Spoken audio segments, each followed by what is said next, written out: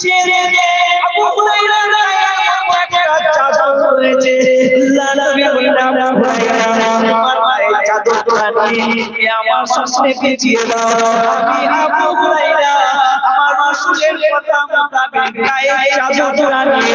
আল্লাহ রাসূলের সামনে এমন করে পেঁচিয়ে দিলাম আমার দিকে তাকান বুখারী শরীফে 119 নম্বর হাদিসটা করে দেখবেন বুখারী শরীফের 119 নম্বর হাদিসটা করে দেখবেন রোজা ভাইরা বলেন আমি চাদরটা বিছিয়ে দিলাম আমার নবীজির হাত মুবারক ধরে এমন করে